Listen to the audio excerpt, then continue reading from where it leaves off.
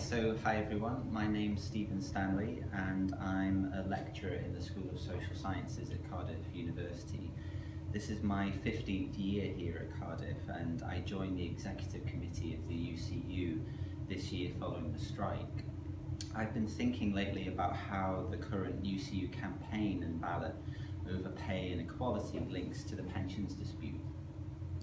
So the pensions dispute was really about resisting the proposed cuts to our pensions.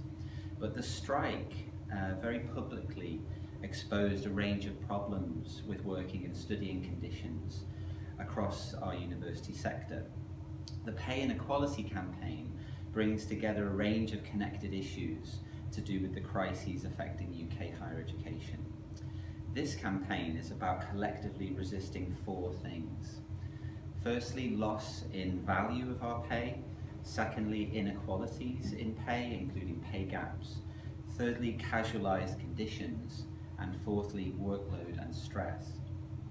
This new pay inequality campaign means coming together to fight against unfair and unequal conditions and treatment for those of us studying and working in UK higher education. For many of us, the strike was a kind of collective consciousness raising about universities. We now all know what UUK and USS stand for, both literally and metaphorically, and more about pensions than we ever wanted to know.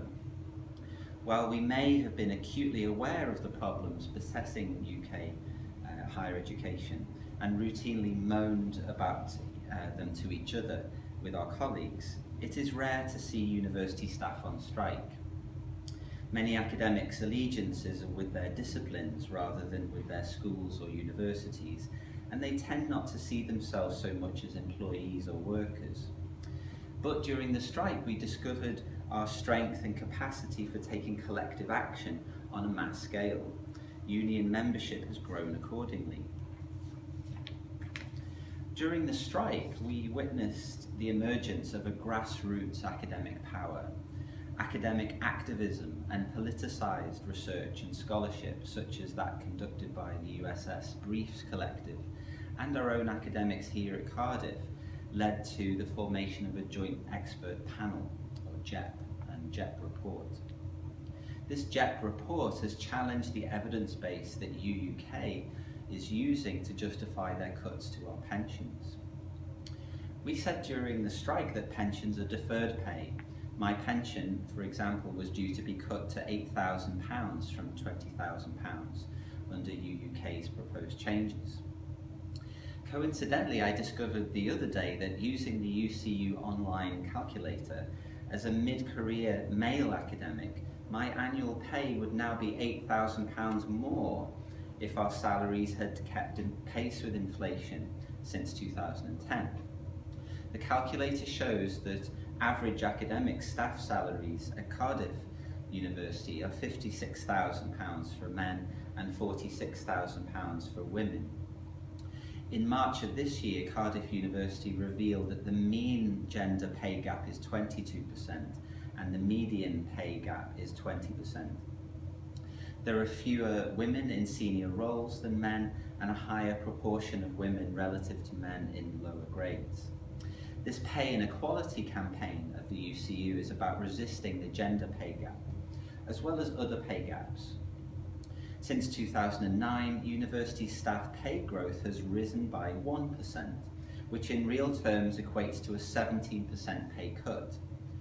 The cumulative loss to our pay when compared to rises in retail price index is 21%. Meanwhile, since the same year, university vice-chancellor salaries have risen by 13%, and now average VC salaries are over £250,000, with the highest VC salary being £808,000. To put this into context, the British Prime Minister's salary is capped at £150,000 per year. The pay inequality campaign is about resisting such gross inequalities in our university sector. The pay inequality campaign is also about resisting the precarious university. In 2016, The Guardian reported that over 50% of academics teaching or doing research in British universities are on so-called atypical fixed-term contracts, short-term, insecure, non-permanent, hourly paid and 0 hours contracts. 3/4 of junior academics, who are those most likely to be doing frontline teaching, are on precarious contracts. It seems these so-called atypical contracts are quite typical. They report that, The Guardian in their report, that at Cardiff University the percentage of teaching and research staff on temporary contracts is 23.1%. But this figure is likely to be much higher in reality because it might exclude graduate teaching assistants who the university does not consider to be employees. During the strike, we brought together conceptually the various problems besetting universities through our creativity and academic activism. I was very tempted indeed to give this talk in the genre of a rap, which we performed on the picket lines. Instead, in scholarly style, I will quote from the rap, "Get Your Paws Off Our Pensions," which I co-wrote with my wife and performed with colleagues and students, calling ourselves MCVC and the Regulators. And I quote, "When you're telling us that austerity is the reason for the cuts at university, please explain to me with greater clarity this seemingly erroneous disparity. While your salaries keep on inflating, our wages are just left stagnating. And it's really rather scary that you disrespect precariat." Close quotes. PhD students who are precariously employed as GTAs stood with us during the pension strike to defend our pensions, often bringing their inspiring and frankly more youthful energy. Now we have the chance to stand in solidarity with them by saying no to precarious working and studying conditions. Meanwhile, our undergraduate students look on in horror and disbelief. Our undergraduate students are paying extortionate tuition fees, which are expected to keep on rising, and they may graduate with over £50,000 of debt. Meanwhile, UK university incomes have increased by 33% as a result, and university bosses preside over massive increases in capital expenditure, basically building buildings, which has increased in the last 5 years by 35%. But as the strike slogans say, buildings don't teach, people do. Our working conditions are students' learning conditions. We do need decent buildings, but the balance, I think, has tipped too far in favour of vanity building projects just to keep up with our university competitors. If those in charge of leading our universities do not start properly and genuinely valuing their staff and students, I can only foresee a continuing crisis for British universities. Less so-called satisfaction, more discontent and distress, and more strikes. The pay inequality campaign is also finally about resisting the workload problems, which are an endemic problem across the sector. During the strike, I met colleagues who are exhausted, ill, and afraid of their employers and of the impact on students of striking to defend their rights to fair and safe working conditions. People were overworked and are underpaid. More and more is expected of us with less and less resources and for less and less value. We are given more responsibility, but with less powers to make the decisions about how we want to do what we do. The Way Forward strategy for Cardiff University, which was launched in 2013, made it clear that what the new climate would be. Performance expectations to be internationally excellent would be increasing. Less productive and efficient elements of the organisation would be removed. Those who cannot cut the mustard should seriously think about applying for voluntary severance. If you cannot take the heat, get out of the kitchen. Our VC gives the impression that we are all in the same boat together, that we all need to tighten our belts. But this is a highly selective austerity. Not everyone is struggling in the same way.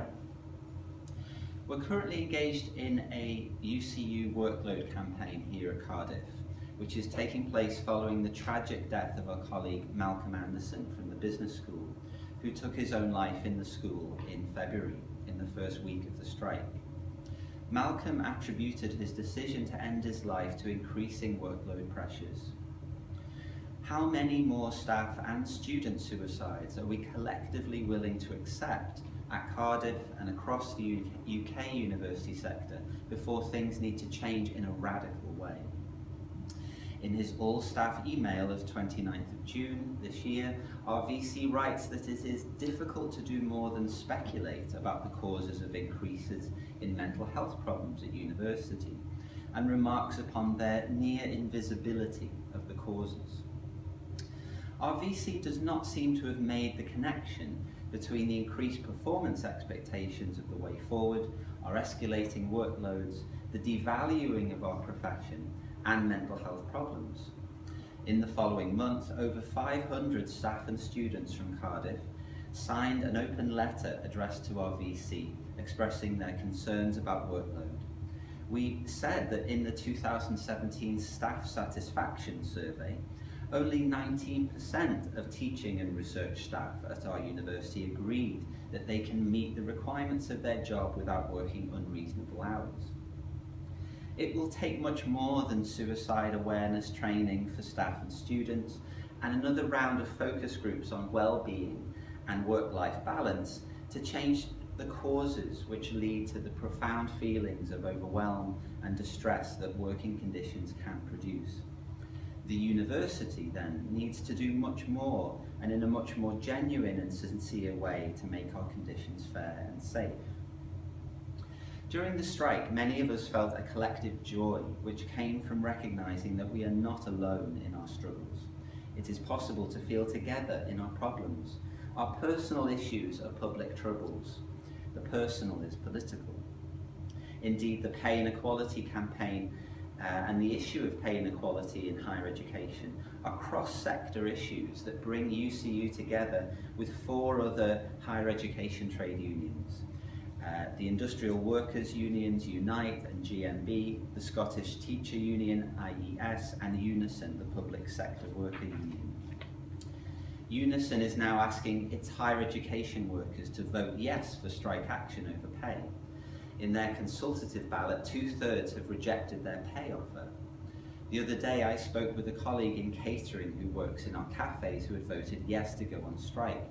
She said she was not sure whether it was the right thing to do, but that she had to do it because things had gotten so bad.